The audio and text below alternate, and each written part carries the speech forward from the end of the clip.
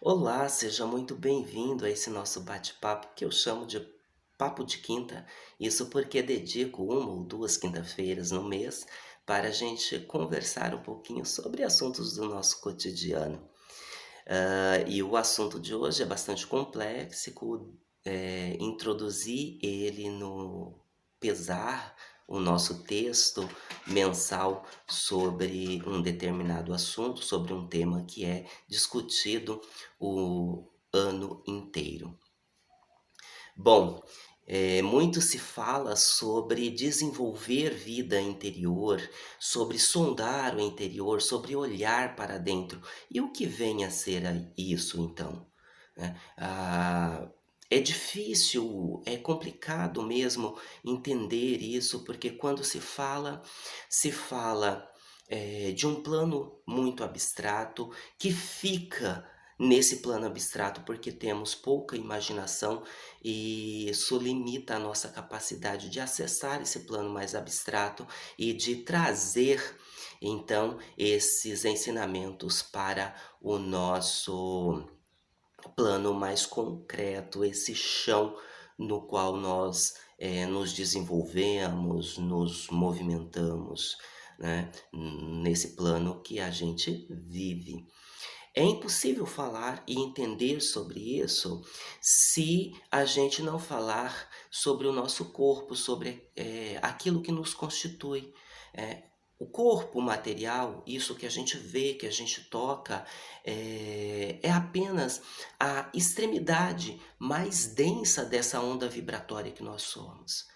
Nós somos energia, o corpo é energia adensada, a física já prova isso, né. Então, o que a gente vê, o que a gente toca, de nós mesmos, né, isso que a gente vê exteriormente, a não ser que a gente abra a boca ou outros orifícios e consiga ver um pouquinho, vislumbrar um pouquinho do interior do corpo, eh, a gente consegue mais ver o exterior dele, né.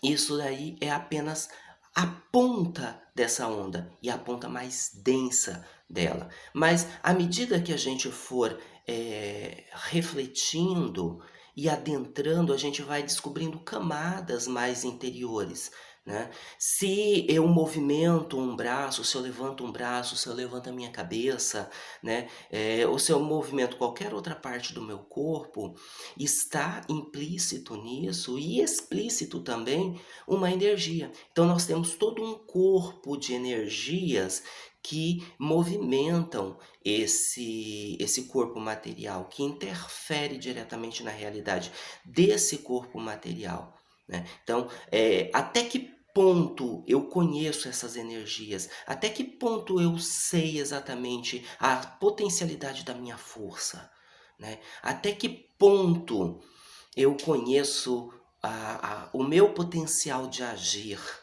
né? Até que ponto eu sei até onde eu posso ir no mundo das ações, né? Adentrando um pouco mais, é como se a gente passasse de uma camada para outra, imagina aí uma cebola com várias camadas, né, você tirou a camada do corpo material, tirou a camada do corpo, energético, o que a gente encontra? Bom, se eu passo a mão aqui no meu braço, eu tenho uma sensação, eu percebo algo, né, o tato me permite isso, então, esse corpo seria o corpo do sentir, né, do, perceber, né. Então a gente tem um corpo ligado às emoções e aos sentimentos que a gente chama de corpo astral ou corpo emocional simplesmente. Será que eu conheço esse meu corpo emocional, sentimental? Será que eu conheço as minhas emoções, os meus sentimentos? Será que eu os domino? Ou será que eu sou por eles dominados? Né? E Saindo dessa camada, adentrando um pouco mais, a gente tem os pensamentos, né, o mundo mental. Então a gente tem 2 facetas desse mundo mental, uma que é, o mental concreto, que está mais ligado aos desejos, às emoções. Esse mental ele é regido pelos desejos normalmente, né, ele é comandado pelos desejos, por isso que a gente chama de mental concreto. Mas a principal característica dele é que essa nossa mente, ela vai fazer uma síntese dos fatos, dos fenômenos, dos acontecimentos, para que a gente consiga chegar a uma compreensão, né, deles. Ah, Até que ponto a gente conhece os nossos pensamentos, os nossos desejos? Até que ponto a gente domina isso? Ou será que a gente é dominado por isso, né? Vamos a exemplos práticos de como a gente não conhece muito bem os nossos potenciais, aquilo que nos constitui. Por exemplo, o corpo material ele vai tender à inércia, né, uma palavrinha aí mais delicada para preguiça, né. De manhã a gente tem que levantar, né, para ir para o trabalho, por exemplo, e a gente coloca o despertador para despertar, o corpo ele tende à inércia, ele tende a ficar dormindo, mas o energético quer agir, né, é próprio dele agir. Então, você vai, colocar o celular para despertar, o despertador para tocar, vai obviamente acordar com isso, mas a tendência do seu corpo, um corpo quer agir, vai querer levantar, mas o outro corpo material vai querer continuar deitado, continuar dormindo. A mente vai vir para justificar, né? Você merece ficar mais 5 minutinhos não vai te atrasar, né? É só acelerar o carro um pouco depois, ou a moto um pouco depois, né?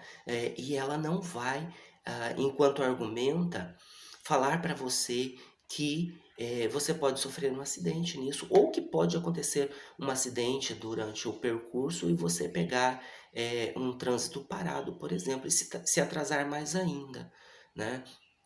Então, o corpo, por um lado, ele vai querer continuar dormindo, o corpo energético, material, vai querer continuar dormindo, o energético vai querer agir, mas, obviamente, ele vai ser vencido se você não tiver nenhum controle, nenhum domínio, se você não conhecer os gatilhos que acionam, né, essa inércia, essa preguiça em você.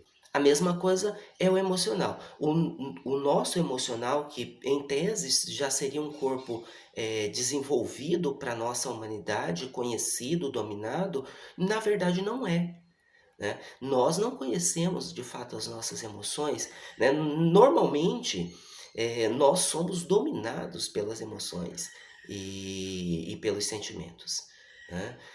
Nós estamos numa fase de desenvolvimento do dos pensamentos e dos desejos do nosso mental concreto, de efetivação do desenvolvimento, mas também a sensação que fica é que a gente de fato não conhece e não domina os pensamentos e desejos, né? Somos regidos pelas emoções, respondemos à vida pelas emoções, guiado pelas emoções. Isso, às vezes, nos é um fator que adiciona problema à nossa, à nossa existência. Às vezes, nós estamos lidando com coisas comuns, com coisas triviais do nosso dia a dia, com as quais a gente deveria ter intimidade, ter controle, né? E na prática isso acaba não sendo uma realidade, né? Acabamos por nos irritar, acabamos por dizer, às vezes, palavra de baixo calão, ou seja, acabamos por imprimir um julgamento sobre a situação e, com isso, imprimir nela uma emoção, né. Então, a gente mobiliza nessas situações rotineiras que exigem, de nós aquilo que nós, às vezes, não estamos preparados para dar naquele momento, né, não conseguimos resolver uma situação muito comum, do dia a dia. E a gente então vai mobilizar um pensamento, esse pensamento uma emoção, que vai culminar numa ação que, não demonstra a nossa essência humana, mas sim o puro instinto animalesco. Tá um pouco abstrato, né, difícil, mas vamos exemplificar. Estou preparando o meu almoço e no meio do cozimento do arroz, o gás acaba, né. O mais comum, ao invés do que é esperado, né, o esperado é que, como ser humano, eu simplesmente ligue, peça um outro gás e quando esse chegar, eu continue a preparação do meu alimento, correto? Mas o mais comum é que a gente, quando vê que o gás acabou exatamente no na metade do cozimento, da preparação do prato, a gente imediatamente julgar, mobilizar o nosso pensamento, né, para fazer um julgamento. E esse julgamento, ele é sempre negativo, né. A gente nunca vai, pensar, deliberar sobre, o que de bom isso pode ter, né. Por exemplo, o meu gás acabando, eu vou ter que, ligar, comprar um novo gás. A venda do gás por parte do vendedor garante a subsistência dele. O entregador ganha o salário dele, sustenta a família dele. Então veja, não é ruim o gás acabar. Aliás, é esperado que ele acabe, né. Se você comprou um botijão cheio, minha mãe diz: "De onde se tira e não se põe, acaba". É esperado que o gás acabe, né. Se você não se antecipou e não comprou um antes de o outro acabar, né, obviamente no momento que você estivesse preparando um alimento, cozinhando, esse gás acabaria, porque é próprio dele, né, é próprio acontecer isso. Eu, como ser humano, preciso estar preparado para esse momento, e aí eu não posso imprimir esse julgamento de valor, né. Se for julgar, que eu julgue, acabou, é próprio acabar, e isso vai me implicar na compra de um outro botijão de gás, vai gerar, capital para a empresa, vai garantir o salário, a subsistência de famílias, né. Mas normalmente não é isso o que acontece. Nós, quando mobilizamos o pensamento, né, trazemos um julgamento, esse julgamento é negativo, né. Imprime aí também um desejo, porque o desejo seria que esse gás não acabasse naquele momento, né. E aí a gente vai imediatamente mobilizar uma emoção. Essa emoção, ela pode fazer com que a gente, mobilize também o energético, proferindo palavras que às vezes não são, palavras que se tornam fator de soma aos nossos próprios ouvidos, que dirá a outros, né. Então, por a gente não conhecer, né, esses nossos aspectos, tais como esses que eu acabei de citar, a gente quando ouve falar: "Olha para dentro, né, sonda o seu interior", tudo fica muito abstrato, tudo muito longe, tudo muito difícil de se compreender. Então, olhar para dentro seria exatamente a gente começar a olhar para nós mesmos e perceber esses gatilhos que acionam o julgamento, por exemplo, o pensamento e o desejo. Porque o julgamento vem do mental, vem do pensamento e do desejo. E aí ele vai mobilizar uma emoção que pode mobilizar uma ação, né. Então, quando a gente fala, né: "Olha para dentro, sonda a si mesmo", né, "Olha para o seu interior, perceba o seu interior", a gente está falando disso, sonda o seu pensamento. Será que esse pensamento circular, que fica aí circulando em torno das coisas que acontecem no dia a dia, você está dirigindo, alguém atrás buzina, você já responde lá de dentro com xingamento. Será que você está fazendo isso conscientemente ou você está no automático? Será que você conhece o gatilho que faz você, responder com um xingamento? Não é isso que se espera de um ser humano pleno, né. Às vezes você é ultrapassado e aí você fica com uma raiva, né, porque às vezes o carro que você tá é muito superior ao carro que vem e te ultrapassa. E aí você buzina, você joga luz, né, você sai correndo atrás para mostrar que tem mais motor que o outro. Será que essa ação é uma ação própria da sua natureza? Ou você está fazendo isso porque você está regido pelo pensamento, pelo desejo, pelas emoções, né? Essa sua ação, será que ela é uma ação, né, que tem uma deliberação, que tem uma consciência por trás? Ou você faz isso por causa da repetição, né? Você repete, repete, repete e automatiza esse comportamento mais animalesco. Será que adianta alguma coisa? Será que isso é fator de soma? Será que isso traz benefícios para você ou só traz desgaste, né? Final do dia você está ali, cansado, exausto, exaurido, sem energia. Por que será? Você gastou muita energia naquilo que não é fator de soma, que não é fator de crescimento para você. E se nós começarmos a olhar para os nossos pensamentos, os nossos desejos, as nossas emoções, sondar as nossas ações, entender os gatilhos que acabam por disparar esse comportamento mais animalesco, mais grotesco. Será que isso melhoraria a minha vida? Né? Será que o empenho dessas energias, né, nessas respostas, grosseiras, nessas respostas mais animalescas, será que contribuem para a resolução do problema?